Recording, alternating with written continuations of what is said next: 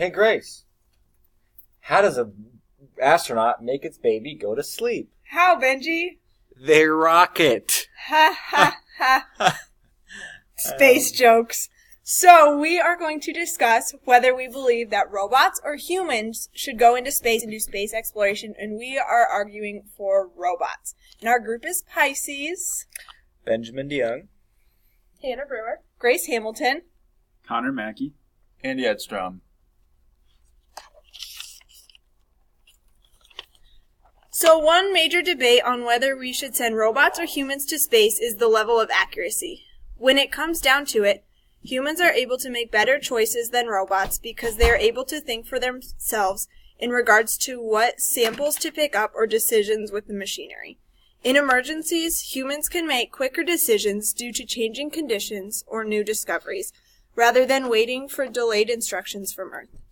Humans are also more mobile than robots, being able to cover ground more quickly, or being able to get places where robots could not go. However, we all know how much technology has advanced in the past 50 years. For example, the computers and systems used to send the Apollo missions are less advanced than modern-day toasters. So there is no way really to tell what robots may be able to do in the future, and that they could get to the accuracy and efficiency level of humans. But until then, robots are great to be used as scouts to send out more cheaply and safely to pave the way for future human or robot discovery.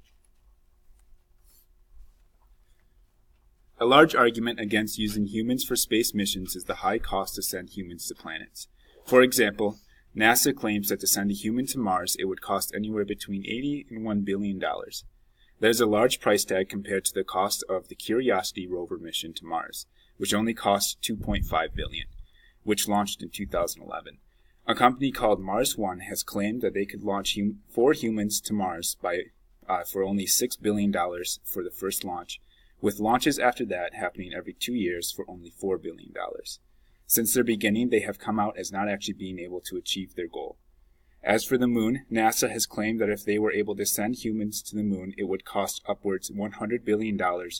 They made this claim in 2005 with the plan of being that over the next 13 years, they would spend that $100 billion preparing the spacecraft to send humans. The comparison of sending a robot is much more affordable. According to the survey.nasa.gov website, NASA could build a rover and send it to the moon within 1,000 days of the start date, and that total cost of the project would only be $450 million. It is clear to see that the other argument of cost towards sending robots is much affordable.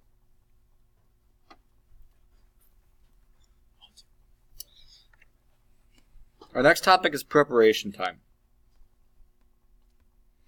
Timeliness is a big idea when it comes to this topic because, as the old saying goes, time is money.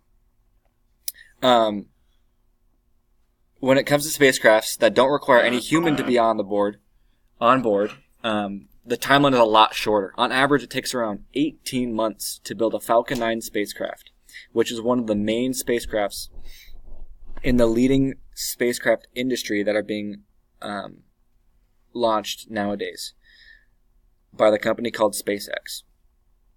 SpaceX also reports that it takes around 5 years to build a shuttle that can carry humans on board because of the differences between technologies in those different spacecrafts.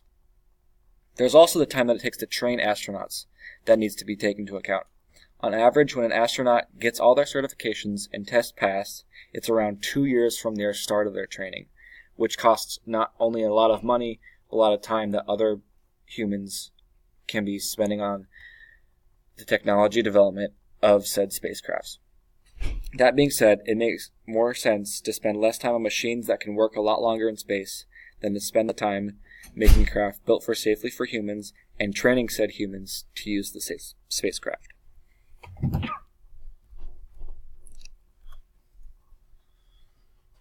Morality is a major topic when it comes to space exploration. Morality includes the decision to risk human health. This includes the health hazards posed by space radiation, the possibility that psychosocial issues can arise, physiological risks, including bone and muscle loss in microgravity and medical risks, including the difficulties of treating injuries and illness in space. All of these factors were studied in 2002, and several years later, all of these factors still remain. Being in space is the harshest possible condition for humans to be in, anywhere on the planet. Crucially, more is unknown about the physical and mental challenges of space travel than is known. But before we set out, we need to set a far-reaching public discussion on what space travel means to us and what we are prepared to sacrifice for it. Much of the scientific equipment being set up is medical. Spending long amounts of time in space creates unique medical problems, and people need to figure out answers. One of the issues faced is how blood flow goes from the heart to the brain.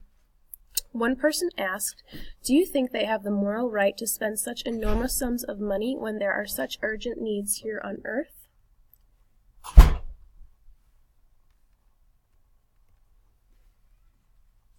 In conclusion, robots are a much better choice for space exploration at the current time.